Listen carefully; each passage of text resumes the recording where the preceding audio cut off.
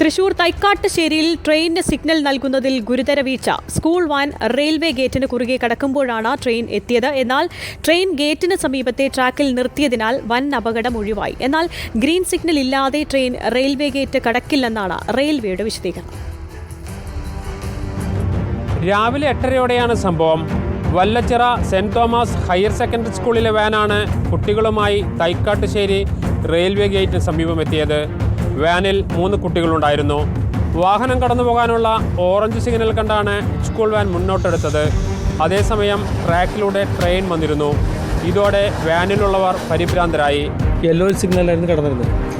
Yellow signal ഉള്ളത് കൊണ്ടാണ് ഞാനത് ഹമ്പ് ചാടി റെയിൽവേ ഗേറ്റ് കടന്നു. തുറന്നു കിടന്നുകൊണ്ട് നമ്മൾ റെയിൽവേ ഗേറ്റ് കടന്നു.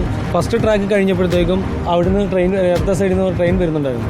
അവർ ഹോൺ അടിച്ച് സിഗ്നൽ കാണിച്ചു. സാറിന് ഗേറ്റ് അടയ്ക്കാത്തത് കൊണ്ട് ട്രെയിൻ വരുമ്പം സിഗ്നൽ കാണിക്കും. പെട്ടെന്ന് ഞാൻ ആക്സിലേറ്റർ കൊടുക്കുകയാണ്. അപ്പോൾ വണ്ടി മുമ്പോട്ട് മൂവ് ആകാൻ ബുദ്ധിമുട്ട്. ട്രാക്കിൽ കയറിയപ്പോൾ എടുത്ത് ഇങ്ങനെ ചാടില്ലേ. ട്രെയിൻ മൂവിങ് തന്നെയായിരുന്നു. ഏകദേശം ഒരു 300 മീറ്റർ. ട്രെയിൻ 300 മീറ്റർ ദൂരത്തെത്തിയെന്ന് വാൻ ഡ്രൈവർ വിജയകുമാർ പറഞ്ഞു. ജനശതാബ്ദി ട്രെയിനാണ് ഗേറ്റിന് സമീപത്തെത്തി ട്രാക്കിൽ നിർത്തിയത്. ഗേറ്റ് കീപ്പർ ഗ്രീൻ സിഗ്നൽ നൽകാതെ ട്രെയിൻ കടന്നു പോകില്ലെന്നാണ് റെയിൽവേ ഇക്കാര്യത്തിൽ നൽകുന്ന വിശദീകരണം. റിപ്പോർട്ടർ, തൃശൂർ.